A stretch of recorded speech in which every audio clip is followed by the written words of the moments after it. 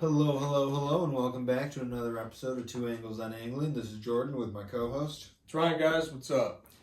All right, so it's been a interesting weather week, cooler temperatures, lots of rain. Ryan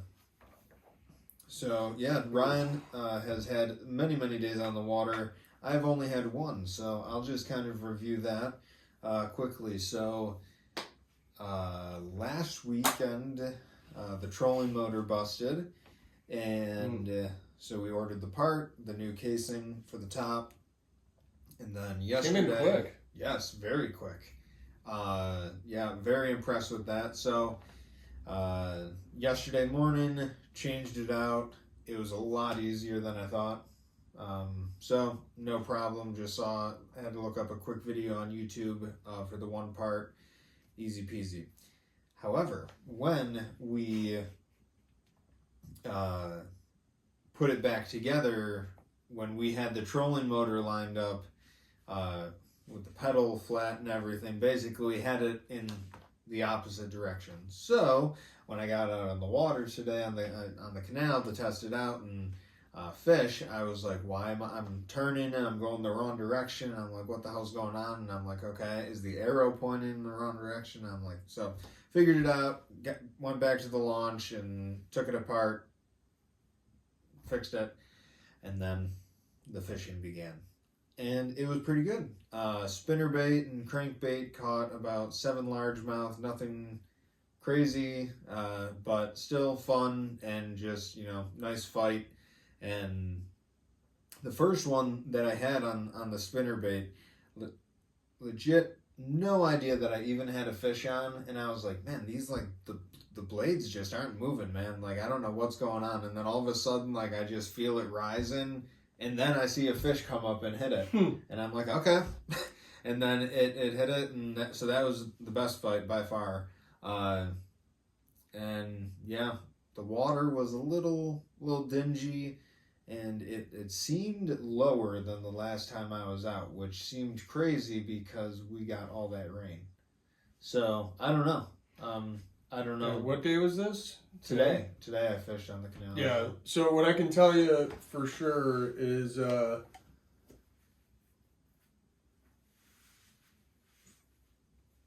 I fished every day this past week, but Thursday in particular has a huge effect on what you experienced.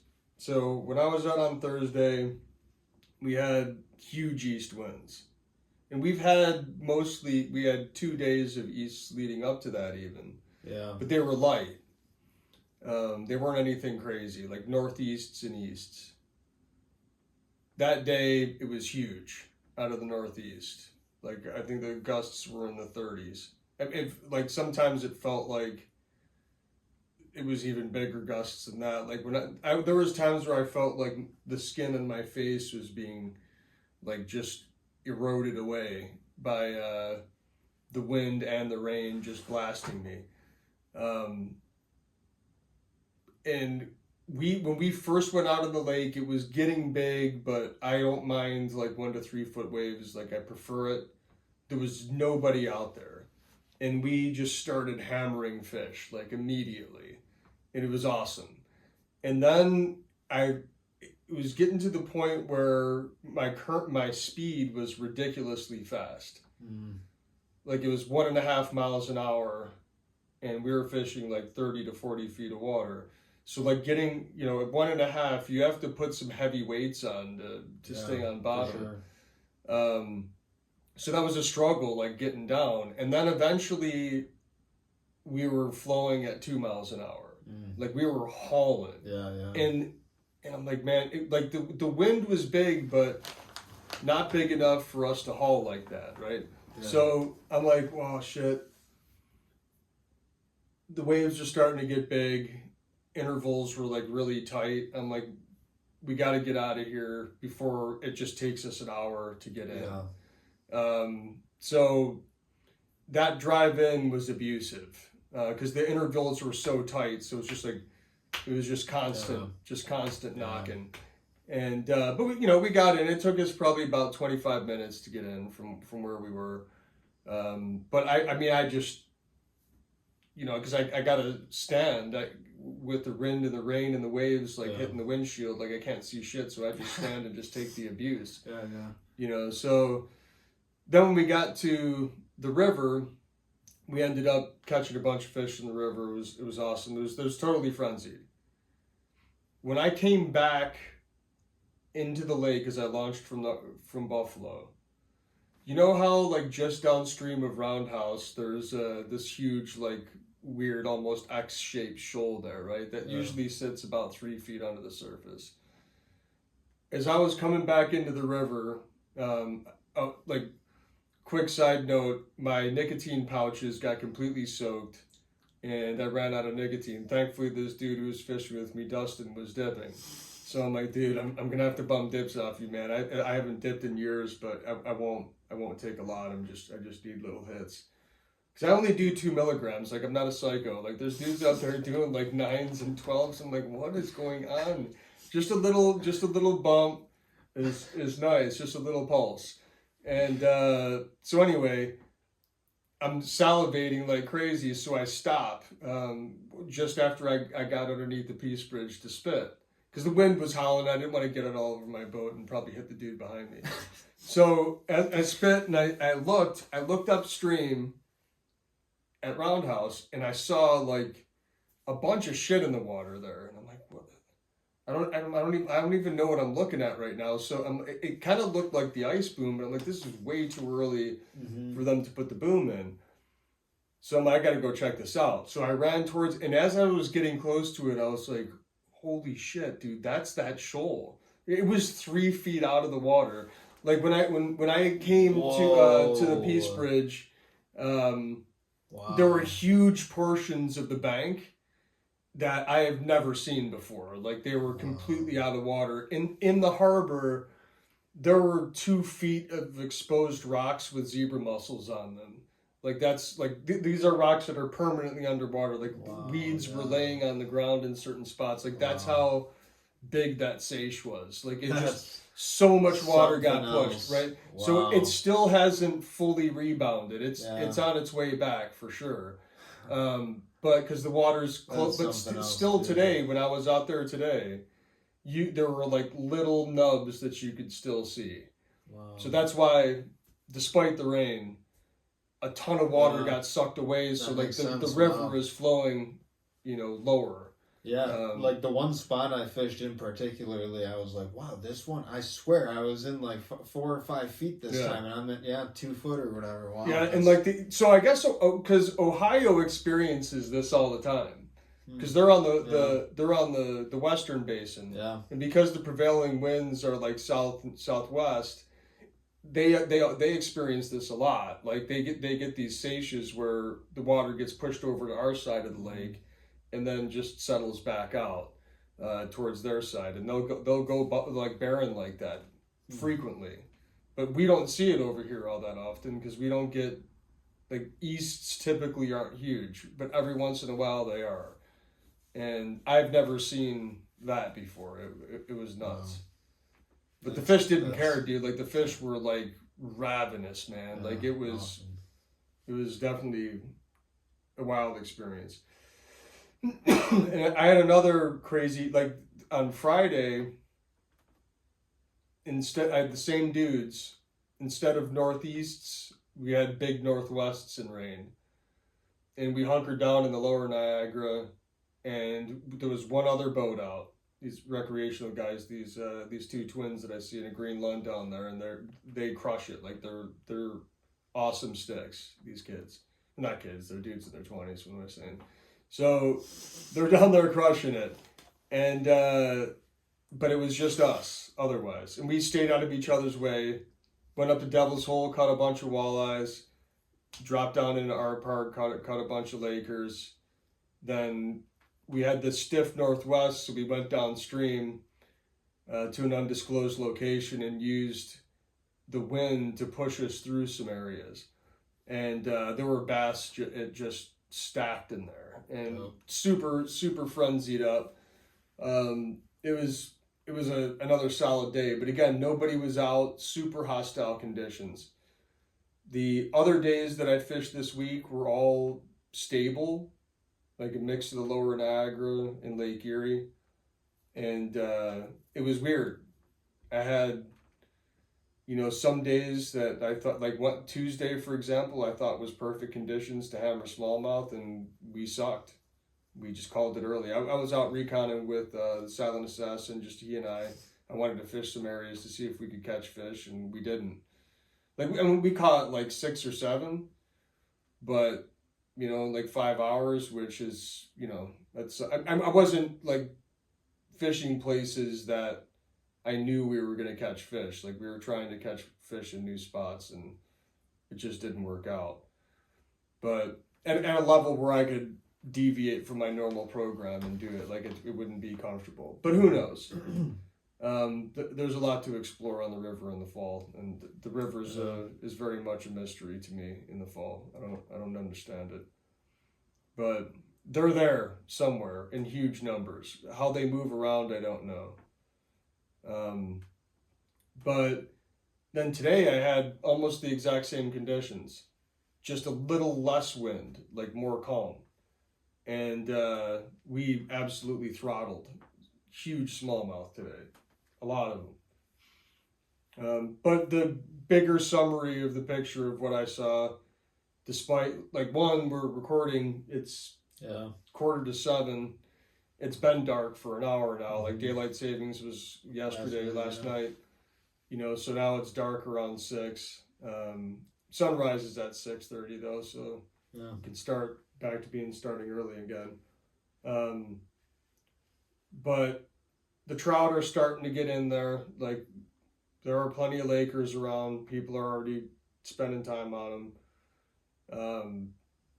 The bass are seemingly like they're getting more concentrated. Like I had a couple solid sessions for them down there.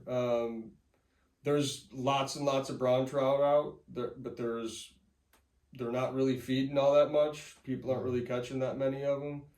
I haven't spent much time trying to target them because I know that, like, it's worth like a pass just to see if one takes, because they could, but the one thing I'll say is that drift is getting the crap beat out of it. Like the Canadians are just like stacked in there, and but there are huge browns in there this year. Like there are some tankers. There's going to be when those things start going. I don't know why they don't, but it's always like this. Like there'll come a time in like another week or so where they'll just start firing, and when they do, it'll be gangbusters. But like this past week was perfect in that I got to bounce around and do different stuff almost every day. Like I didn't do the same thing 2 days in a row. So it's starting to pick up. Yeah, for sure. But it's not nowhere close to peak. Like it's just starting to get good, just starting to get entertaining. And the people know it, Now, for this upcoming week, all hell's about to break loose again. Like we starting tomorrow, like, so it's dead calm right now. Like you can hear the train way out, like it's super calm. Like I could hear a dude sneeze when I was out in the lake that was like far away from me. That's how calm it was. Yeah. Normally you don't hammer in those conditions, but we did. But like that's how calm it is right now. At some point tomorrow, like mid-morning, a big southwest is going to come in and just start ripping. So thankfully for the daylight savings, like that, like now it doesn't look like that thing's going to start hitting until late afternoon or late morning. So it's early at 6:30, or you can fish at 6:30 now. There's enough light. There's enough to get in a solid, 4 hours before that storm shows up. And when it does, just the wind, it's not rain or anything. But when the wind starts hitting, there's other cool things that you can do down there. So I'm going to fish down there tomorrow. But they're calling for like 14-foot wave. NOAA is calling for 14-foot waves. Waves up to 14 feet on Lake Erie tomorrow, by like tomorrow late afternoon. Oh, wow. So if we get that, even if we get 10 footers, like if we get consistent waves over 7 feet, if 7-footers start happening, and even if they only last a couple hours, but if 7-footers start happening out of the southwest, like we're gonna get super stained. Yeah. But if it stays below 7 feet, like 5's occasional 6-footer, we'll be fine. Like it's really clear now. It's gonna be super clear tomorrow morning. Like it's clear. Like there's probably like 7 to 10 feet of visibility right now, which is good. Like that's a good. You can catch fish out deep in that like super easy. It could, if it gets a little more stained, catch rates will probably go up, and the guys on the bank will catch more fish too. But like we'll have a big seiche. There'll be fast current. So Tuesday the launch at Lewiston is going to be closed because they're installing the ice boom there, which just don't get me started on that. But so the ramp's closed on Tuesday at Lewiston. We're also supposed to have like a pretty big west. So your only alternative would be to try to put your boat in at Fort Niagara, but they took the docks out at Fort Niagara. There's a couple floating docks there. But I put it to you like this, man, like the water is low. Yeah. So you can definitely put your boat in down there if you don't draft a lot. But the bigger problem is you got a west wind like bearing down on that boat ramp. And when you're in shallow water to begin with, there's current there, and you got a big west wind. Like it gets super dicey. Yeah, it's really dicey, like straight up dangerous because the launches there are just solid concrete. You know, like if you hit those, I don't care what kind of boat you have. Yeah, like it's gonna be fucked up. Yeah, there's some damage. So dudes will do it though. Like you can for sure do it.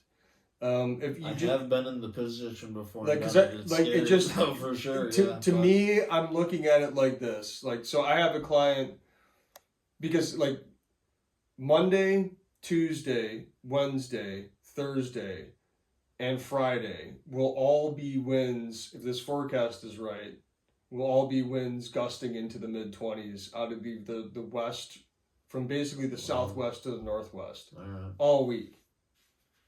Right, so like, there's not going to be much calm until the weekend. Mm-hmm. Now, we'll know, so I have guys that are coming in Tuesday and Wednesday to fish both of those days. They're coming in from Ohio. It's like, well, should I have them come in?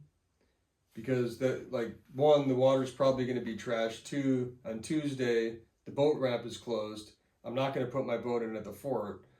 And so the only other option would be to fish the upper, because Lake Erie will be too huge. Yeah. And the upper, you're still going to be in raging current. Yeah, for sure. And you'll be stuck in like a long slab of East River. You can't fish West River at all. So it's like, okay, I'm not going to do that. Yeah. That's just a disservice to the guy. And then by Wednesday, the water clarity is probably going to be trashed. So why gamble? It's possible that it won't be, but I'm not going to gamble with those guys. So I already canceled Tuesday and Wednesday.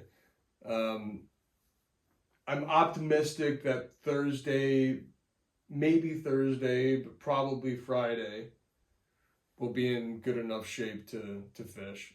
Maybe Thursday. But yeah, it's that time of year, man. I mean, it's November. October just blazed by. For sure. Yeah. It's November, and bad weather is going to be a weekly conversation. Yeah. And the thing is granted, dude, I've only been doing this for 10 years, man. So it's just such a microcosmic slice of time. But one thing that I can say about it though is if you the probability of events are. Like the likelihood of something happening over a longer scale of time is pretty even. Meaning, so we'll go through these periods of drought here where it doesn't rain for a long time. But then that'll be followed up by like lots of rain consistently, like over and over. And then we'll make up for the deficit, or we'll get a ton of snow, which will just fill the ground up during snow melt and aquifers will be charged. Like like it all tends to balance itself out. Sometimes it's just consistent. You get rain for a couple days, long stretch of no rain, a couple days here, just pocket it around. You'll get some summers where like 1 or 2 days a week you got big winds and you got to battle some stuff. And then you have summers like this past summer where I never had to battle anything ever. No days. From late June all the way until like early September, there was like rarely a day where there were big waves out there. More days than not, it was damn near dead calm. And you could do whatever the hell you wanted. And now we're getting hit with chaos stuff. So like there's a good probability that this November is going to be very messy. That's why I bring it up. Like for us to go through such a long period of stability, for that period of stability to be carried out through our fall, like on average, more stable weather. Yeah. I don't see it happening. The likelihood of it is pretty low. I think we're going to have a super dicey November based on what I'm seeing right now. I mean, the only reason why I was able to fish 5 days this past week or 7 days this past week, it should have been 5. But those 2 days that I fished, Thursday and Friday with Greg, Tanner, and Dustin, like that's psycho stuff. Like people don't normally fish through that. But we did, and we hammered. Like, I'm happy to do it if people want to do it. But most people would not want to go out in that. That's the only reason why I got 7 days, and it should have been 5. This upcoming week's like the same thing. Like, we would be super lucky to get 5 trips in this upcoming week. Super lucky. Like, you'd have to fish tomorrow. And then you just got to hope that Tuesday and Wednesday aren't like a complete travesty. And then maybe you can get Thursday, Friday, Saturday, Sunday. Like, that's what I'm hoping will happen, but I'm willing to bet, like, 2 days this week are going to be completely shot. And, like, the week after that, we'll be lucky if 4 days are going to be available. Mm-hmm. And it's just going to keep getting less and less and less, you know? So... Well, speaking of the weather and what's to come, so it's about that time of the year we start talking about clothing again and what we are going to be wearing.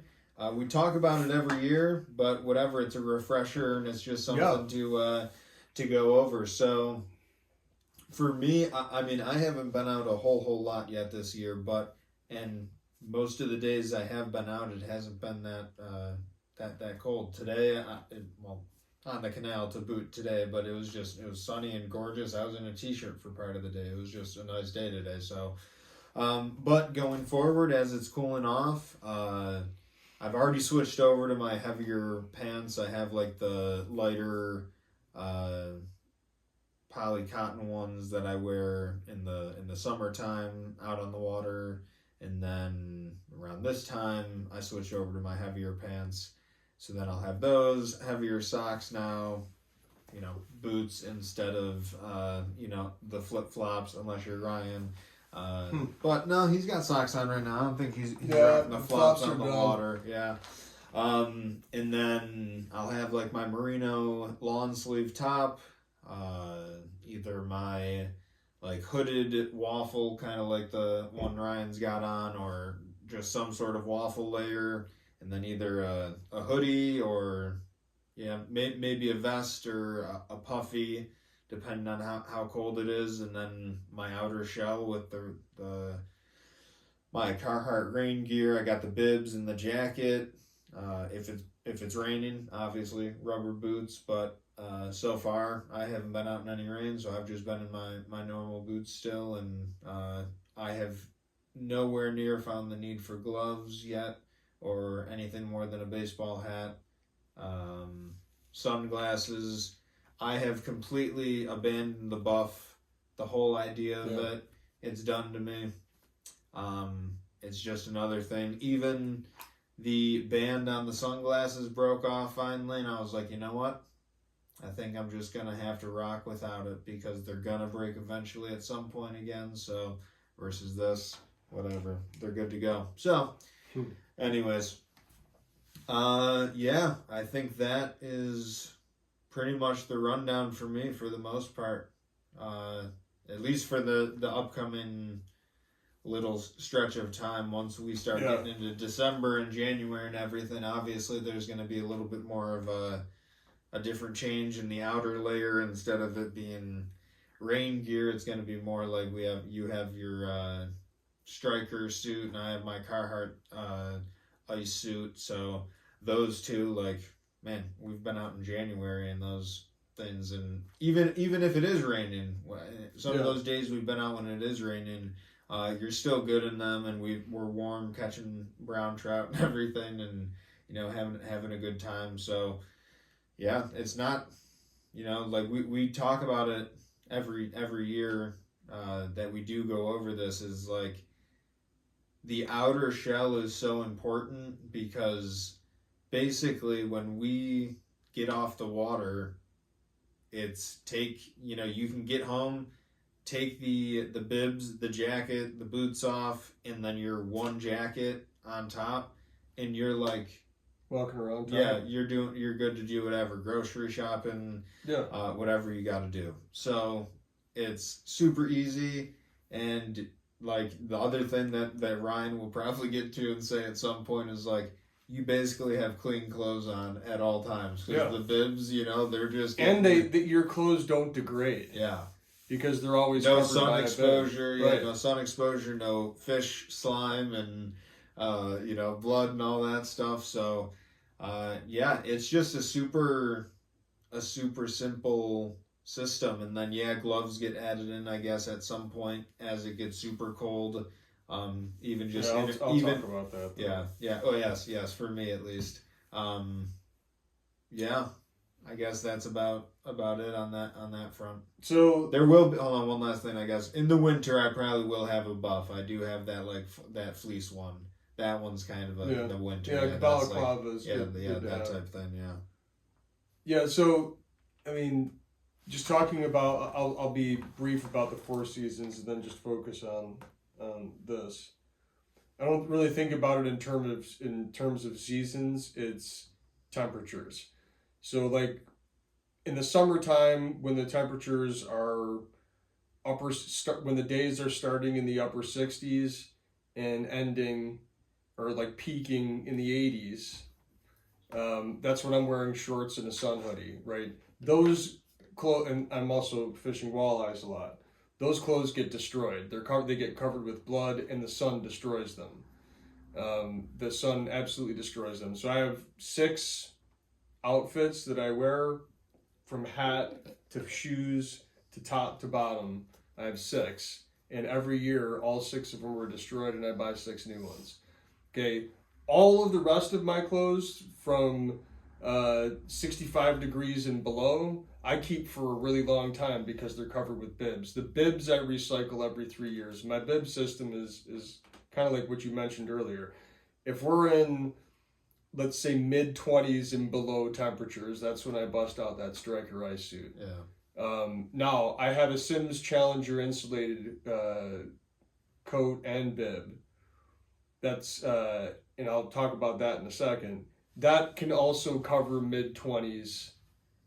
I wouldn't go any colder than mid-20s in that thing. You could, but it's a good for mid-20s to like touching 40. And you can layer differently underneath, but to add some extra warmth, but it shines in that level. And I've worn it in those temperatures before a bunch of times, but when I put it to the test on Thursday, when it was pouring rain the entire day and it was like maybe 40 degrees, I did not get cold at all. And all I wore underneath it was, merino wool base layer and a waffle and maybe a hoodie underneath that. And then I just kept that hood on all day and didn't get cold at all. And then I have from basically like the upper 30s to the low 60s temperature range. I have just a shell, waterproof shell and waterproof bibs, non-insulated. And then I also have both by Sims Challenger set and C-Flex set. which they don't make anymore, unfortunately, which is a badass item. And then I wear Sitka Hudson bibs and jackets. Those things are amazing. They're awesome. Underneath, it's the same. I just layer up different systems from merino wool base layers to waffles to hoodies, and then I usually just wear straight leg cool revolver pants. But if I'm wearing a thinner bib, let's say I can wear those Sims Challenger bibs and then put these Patagonia Cinchilla pants on, and these are awesome. Like, I love these things. They're super comfortable. I wear them at this and then a black pair. I wear them at least twice a week. This time of year where it's not super cold, I can wear this as just my pant and then put a non-insulated bib as long as it's waterproof and windproof on top of it and still stay warm, which is why I'm wearing it today. So I think about things in terms of temperatures. Now, the one thing that I'll add to like what I'm doing different now is, it got cold here and it got cold fairly quickly. And so when that happens, I try to go as light as possible on layers, and I do not wear gloves at all.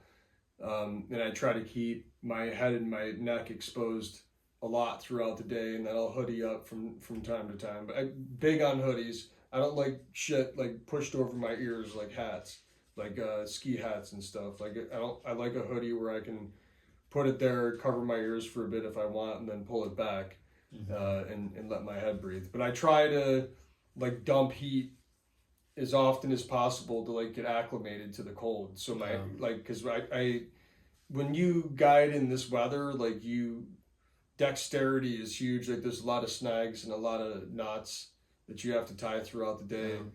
And you can't be taking your gloves on and off. I've tried. From like my first 5 or 6 years of guiding, I experimented with so many different variations with gloves. And the only time that I'll wear gloves now is when I'm like, let's say I'm going out into Lake Erie in the wintertime. It's for the drive. Yeah. Like, I'll put gloves on for the drive out so my hands don't, get completely destroyed. But I'll fish 100% without gloves.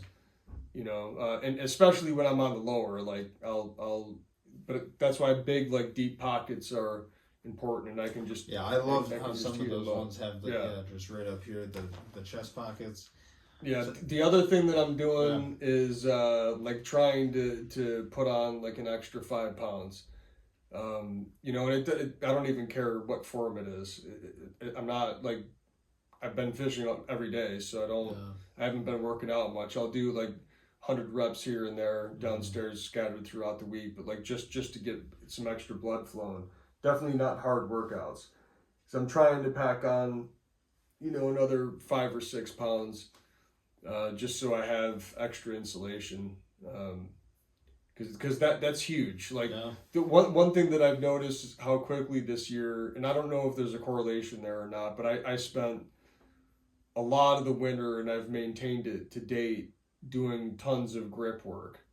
And my grip is like the strongest it's ever been. And my forearms are like, I can tell there's different bulk to my forearms now. And but grip strength is way bigger than it's ever been. And I think my circulation's better as a result of it. Like, I haven't had to, like, when I fished with those dudes on Wednesday and Thursday and Friday, when it was pouring rain and blowing hard wind, I didn't put gloves on at all, and those dudes couldn't use their hands. Like, they couldn't use their hands to reel for certain parts of the day, because like when your hand gets super cold and gimpy, you kind of have to like turn and just like think your way through. That's how they were. That's how they got. And I was fine. I was baiting hooks, tying knots, and just like, I was doing good. Part of it, I think, was that suit. Because like, your hands and your feet won't get cold if your core is warm. Like, if your body is generating a lot of heat, your hands aren't going to get cold. Now, there's a point of diminishing returns there for sure. But like when you're in the 20s, that's why I don't fish when I'm in the 20s unless it's bluebird skies and no wind. But you know, when it's in the 20s, okay, you're gonna start losing feeling pretty quickly. But like in the 30s and 40s, definitely you shouldn't. If your core is well enough insulated and you're moving around and generating heat, your hands will be fine. So again, stack a couple extra pounds, be minimalist on additional layers, and just acclimate. Especially out and about for walks and stuff, like, or if you're outside at all when you're not out on the water specifically, just getting used to it. Cold showers are a thing. I haven't tried those in a while. Oh, dude! All right, well, I'm happy to say that I had the first. Nice. I had the first of the season, so Get back into it. Yeah, good reminder. So I didn't even think to just about also going into all the different layers as well. So I'll go over that for my outer shells as well, real quick, because I have that ice suit that I wear, the Carhartt one, in the that low 20s and lower, like Ryan said, and then that next temperature range, I have the Super Duck suit, which is it's like somewhat insulated, somewhat waterproof, and we've been out in that a lot, and I have a similar one that's camouflage that I've hunted in a lot. It's a really nice warm suit for that time frame. And then I have the heavier duty, little bit thicker, more long-term waterproof Carhartt suit for that colder temp, or if it's really just going to be downpouring all day. But then for the summertime, I have the it's an older set that I have. It's a hook bib and jacket, and it's not as waterproof anymore, but it's in the boat on those summer days when it's just like those passing storms, and or you're going to be out there for a bit, but it's going to be warm out, but you'd rather just not get everything soaked. So that's kind of the outer shell system as well, because I guess you do got to have something for every situation, and then the layering up below is just pretty basic from there. And the other thing, and I know we've talked about this on other episodes about this time of year and everything, cannot stress the importance of having bibs this time of year. No matter what you think the weather has in store, bibs and rain jacket are like absolutely essential. You never know how big it's here's the thing, like people, when it comes to spending money on gear, I 100% agree with you, and even like spend the money. Yeah. Because like people will be like, I got it, man. Like a good coat and a good bib is expensive. Like you're probably gonna drop close to $700 combined, and that's if you go like mid range. But you won't, like, they'll last you forever, and all of the clothes underneath will be protected indefinitely. I fish, as you know, a lot. Those Sitka Hudson bibs will last me 3 full fall through spring iterations every year. For 3 years they'll last, and then they'll just get little tears, from encountering hooks or whatever, and the Gore-Tex starts breaking down. They just get abused. But three full iterations is great. Same thing with those Sims Challengers, insulated hoodies. They will last about 2 iterations. They're less expensive though. But like this hoodie, this Sitka hoodie, I've had for 5 years. This Patagonia waffle is 10 years old easily. And I don't have a base, I don't have merino base underneath it, but those merino base layers are easily 10 years old. Yeah. And they will last another 10 years. Like they're not going anywhere. Like they still, because they're like the hoodies I'll replace, because I'll go with this hoodie out, just the hoodie with the layers, like not a shell over the top. Like today, it got into the 50s today, and I'm, so I shed my top layers off and just rock this. So like these hoodies will last like 5 years, but the point is, if you think about your outfits and systems and you build like 3 or 4 of them and then you cover them with a bomb-proof shell, now you have a solid investment that's going to last you a long time. Yeah. Like and like that's how I always think about gear. Like, is there going to be a return on that investment? Like, if there is, then I am 100% down to spend the money, but I think through the return. And people will make mistakes buying different gear without thinking about what they need to do. Like, you start with the temperature range and have a shell. The shell, be willing to spend a lot of money on the shell. And then your under layers you can make to where you can walk around town with them, which is what most of mine are, or you can just have them built up. Like, I mean, there's lots of people that would walk around town wearing these jogging pants. I wouldn't be super stoked about it, but you totally, because it just doesn't, like, what would I wear for shoe? Whatever. It's like they're not like great like that. But shit, my wife's walking around in Bill Zubas right now, so whatever. But would I want to go to my daughter's tennis practice? Would I'd be cool with going to tops like this, but would I be willing to like hang out at my daughter's tennis practice? I don't know. Dressed like that? I don't know. But my point is, you can still build a solid under system with thick layer or a light layer being pants, and then merino wool base, waffle middle, hoodie top, and then next level is a puff or some sort of jacket that you can put on top of that, and or your shell of your bib and your shell. You could do, but start from the temperature range and build up some layers, because that range from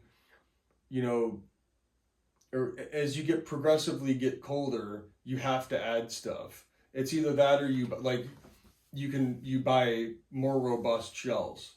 Yeah. And you keep like just a merino wool base, a waffle, and a hoodie, and then you evolve your shells to those temperatures. That's what I do. So you have a shell like that Striker ice suit that keeps you great in the mid-20s and below, far below that. The Sitka ones do what they do in that temperature range.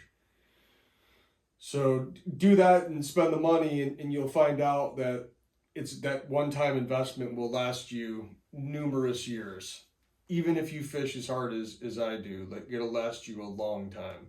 And when you think about like how much money did you spend, maybe $2,000 between all of the layers that you need and a series of shells, $2,000. Yeah. I mean, divide that by 10 years. That's nothing, man. It's $500 a year. Well, and what am I saying? $200 a year. It's ridiculous. That's nothing. So on top of it, another layer, pun intended here. So obviously for like stream fishing and everything, basically just subtract the bibs, add waders. Right. But once I'm in that, obviously the 50 below water temp, there's going to be another layer getting put on the bottom. And once it's like absolutely frigid out, I usually have a waffle bottom, my pants, the waders.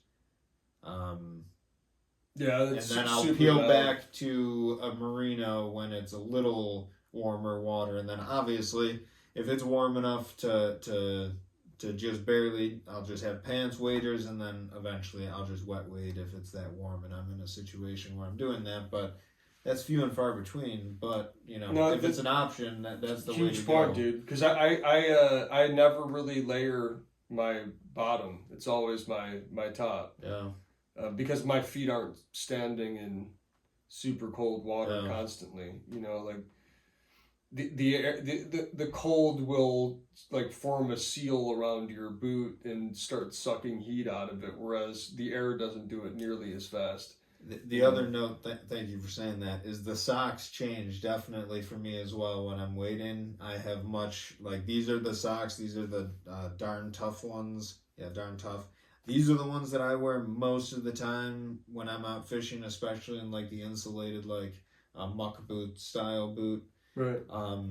But then if I'm wading, I have a thicker like alpaca or whatever it is sock that I wear that's just a little bit beefier than this because you just need it, man. When you're in that frigid water, standing in it all day, yeah, it's a well worth it little upgrade on the feet there. Like, and a lot of people try putting a lot of different socks on to try and keep their feet warm, and it just does the exact opposite. You're cutting off circulation, you're sweating through them, then you're getting sweaty feet and all of that. It's just, yeah, trust in the gear and acclimate to it as well, and just get used to it slowly but surely. Yeah, I mean, we preached about this every year, dude, but like the acclimation is key. Like, you just gotta make it a point. Yeah. To just do a short walk or whatever, spend a little bit of, like, whatever you're scrolling on your phone that you do, put yourself through a little bit of discomfort and do it on your back porch or whatever, and just feel that little bit of cold so your body adapts to it. Because, like, what you can't do comfortably is keep yourself comfortable all the time and then go fishing when it's cold and expect that it's going to be a comfortable experience for you. Yeah. Like, if you have any aspiration of fishing again for the rest of the year, you need to build some sort of tolerance to it. And you should, even if you're a non-angler. Like, what if you lose electricity and the heat gets cut off? Yeah, I mean, yeah, we talk about that as well, especially in the winter as that comes up. But like the if you just spending any time outdoors, like the benefit of acclimating, it's just, and as we always talk about too, just being in tune with like what's happening around you, like right. Yeah, it's just yeah. It's that time of year. There's a lot happening, a lot of different variables kind of changing and things to think about, but it's all good stuff to talk about and share the knowledge on that. And, yeah, man. Yeah. So. Well, looks like we'll have a little forced break this upcoming week, but hopefully we'll have a lot more to talk about next week too. Sounds good. So. All right. Peace out, guys.